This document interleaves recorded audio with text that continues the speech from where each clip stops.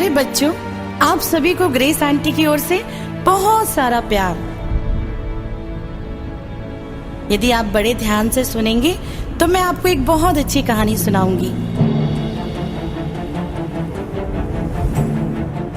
क्या आपको पता है कि ये सुंदर पृथ्वी, बड़े बड़े पहाड़, कलकल करती हुई नदियां, हरे भरे पेड़, गीत गाती चिड़ियों को किसने बनाया? हाँ, बिल्कुल सही, परमेश्वर ने। अच्छा, ये बताओ कि सप्ताह में 7 दिन क्यों होते हैं? चलो मैं ही तुम्हें बताती हूँ।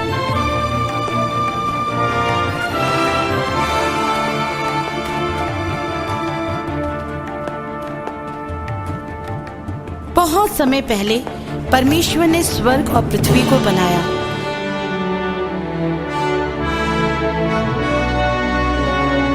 स्वर्ग में सब कुछ बहुत ही सुंदर, चमकदार और अच्छा था।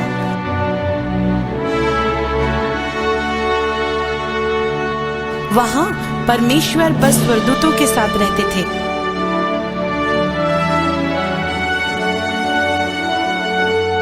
स्वर्गदूत दिन भर गीत गाते, परमेश्वर की स्तुति करते, उसके नाम को ऊंचा करते थे।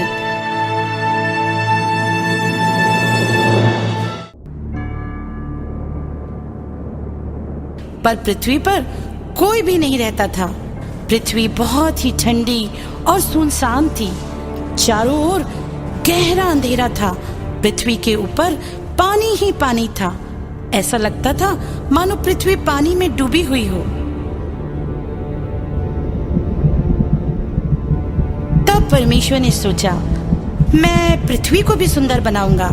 उसने कहा, उजियाला हो। परमेश्वर के मुंह से जैसे ही ये शब्द निकला, वैसे ही तुरंत उजियाला हो गया और अंधकार दूर भाग गया। अब तो वहां अंधेरा नहीं था, पर चारों ओर उजियाला ही उजियाला था।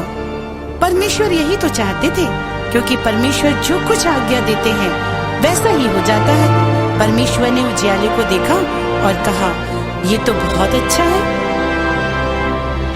और फिर शाम हो गई और फिर सुबह हो गई। इस प्रकार पहला दिन हो गया। अब आपको मालूम हो गया कि पहला दिन कैसे बना और पहली रात के आने से वो कैसे समाप्त हो गया।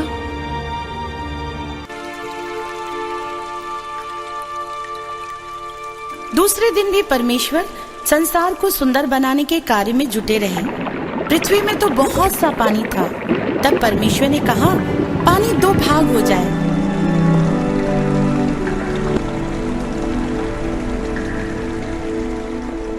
नीचे का पानी पृथ्वी पर और ऊपर का पानी बादल के रूप में ऊपर, और बीच में नीला आकाश बन जाए।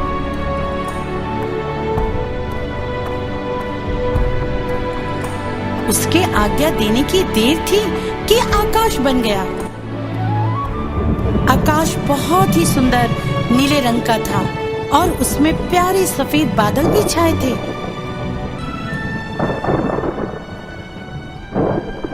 तब फिर से शाम हो गई और दूसरा दिन भी समाप्त हो गया।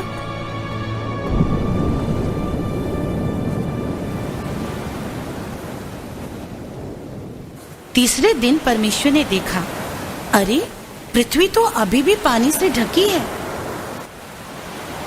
उसने कहा, पृथ्वी का पानी एक जगह इकट्ठा हो जाए, और वैसा ही हो गया। जानते हो उसने इस पानी को क्या कहा? समुद्र। समुद्र, सुंदर नीला समुद्र। पानी के इकट्ठे होने से आसपास सूखी भूमि दिखाई देने लगी। यही वो भाग है जिसमें हम रहते हैं।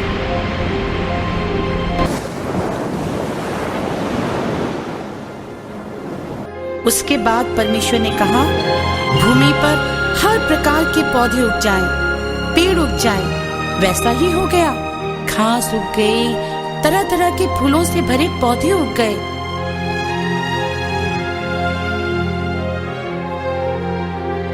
वाह, जो फूल उसने बनाए थे वे देखने में बहुत सुंदर और भिन्न भिन्न रंगों के थे। उनकी खुशबू हवा के साथ चारों ओर फैल रही थी।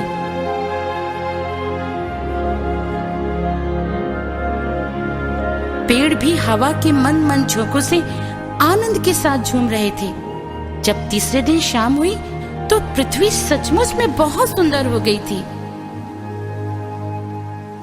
चौथे दिन परमेश्वर ने पृथ्वी को और भी सुंदर बना दिया, क्योंकि उसी दिन परमेश्वर ने सूर्य को बनाया।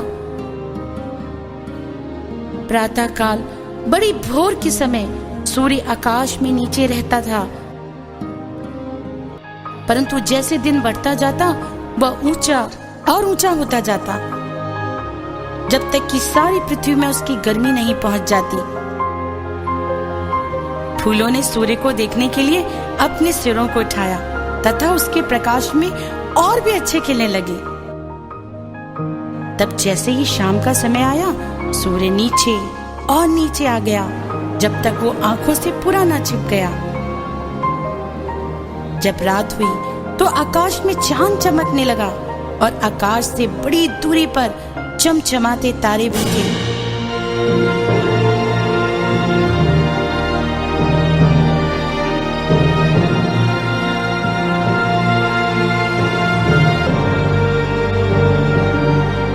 परमेश्वर ने कहा, अब से सदा सूर्य दिन में व चंद्रमा रात में चमका करेगा। और इस प्रकार परमेश्वर ने चौथे दिन सूरज, चांद और तारों को बनाया।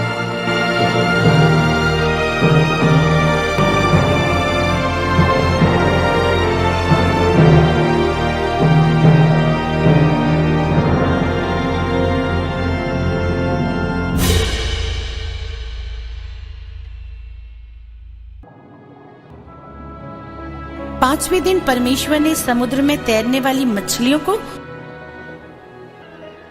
तथा आकाश में उड़ने वाले पक्षियों को बनाया।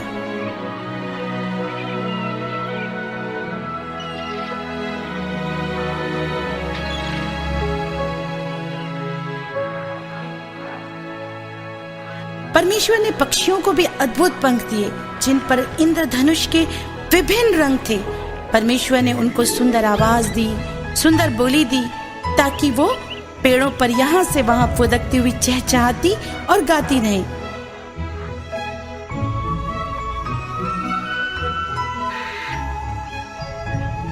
उसने चिड़ियों को उनके घोंसले बनाना भी सिखाया तथा उन्हें बताया कि वे अपने छोटे छोटे अंडों को उसमें रखें, ताकि उनमें से छोटे छोटे बच्चे निकल सकें और वे उनकी देखभाल कर सकें, उनको उड़ना सिखा सकें।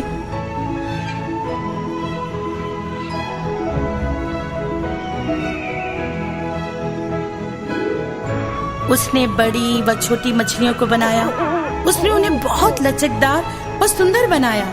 विभिन्न रंगों से रंगीले उनके पंख पानी के अंदर चमक रहे थे। समुद्र में मछलियां बहुत ही आनंदित थीं, क्योंकि वे पानी में जैसा चाहे नाच व तैर सकती थी।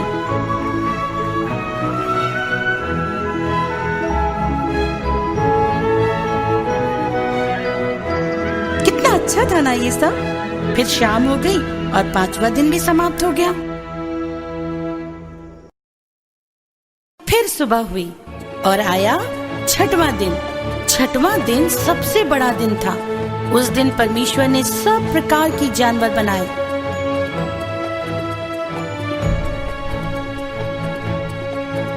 उसने हाथी को बनाया, शेर को बनाया, घोड़े, गाय, खरगोश, कुत्ते, बिल्ली, चूहे बनाए। उसने संसार के सब जीवित प्राणियों को बनाया।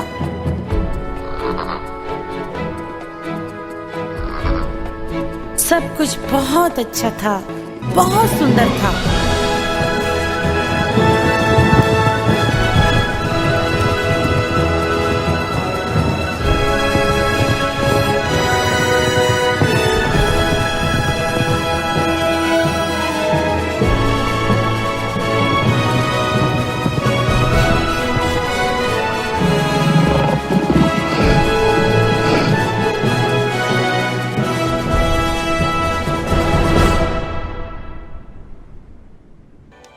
परमेश्वर ने कहा, अब मैं मनुष्य को बनाऊंगा जो देखने में, स्वभाव में बिल्कुल मेरे समान होगा।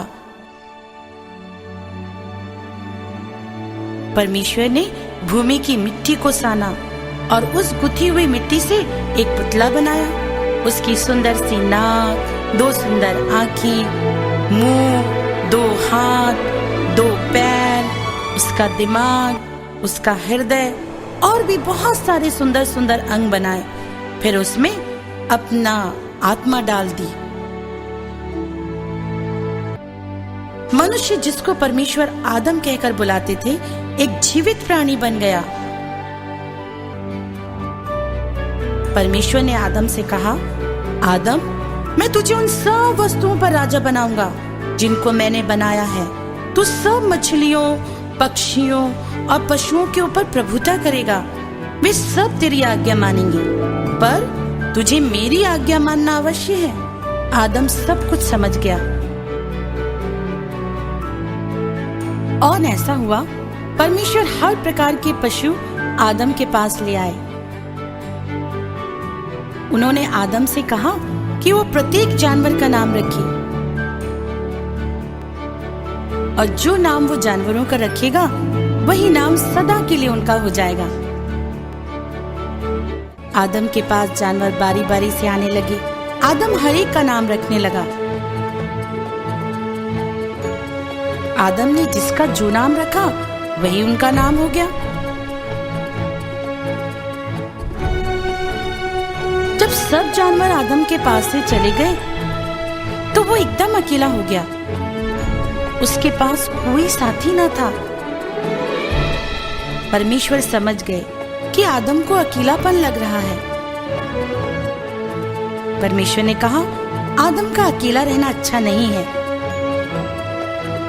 मैं उसके लिए एक साथी बनाऊंगा।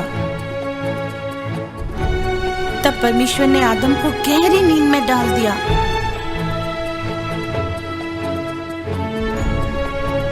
और आदम जब जागा तो उसके साथ एक स्त्री थी। परमेश्वर ने आदम की हड्डी निकालकर उसकी ही मांस से उस स्त्री को बनाया था।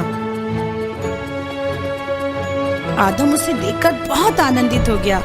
उसने उसका नाम हवा रखा। अब तो आदम बहुत खुश हो गया, क्योंकि अब वो अकेला ना था। उसने हवा को पूरा बगीचा घुमाया। उसने उसे सब कुछ दिखाया।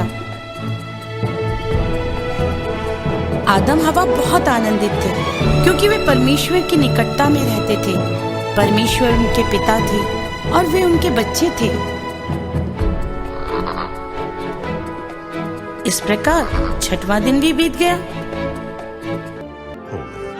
7वें दिन परमेश्वर ने अपना सब काम खत्म कर विश्राम किया, क्योंकि उसने 6 दिनों में सारी वस्तुएं बना ली थी। पूरे संसार में कोई भी ऐसी वस्तु नहीं जिसे परमेश्वर ने नहीं बनाया। अब पता चला कि सप्ताह में 7 दिन क्यों होते हैं, क्योंकि परमेश्वर ने इस पृथ्वी की सब वस्तुओं को 6 दिन में बनाया और 7वें दिन विश्राम किया।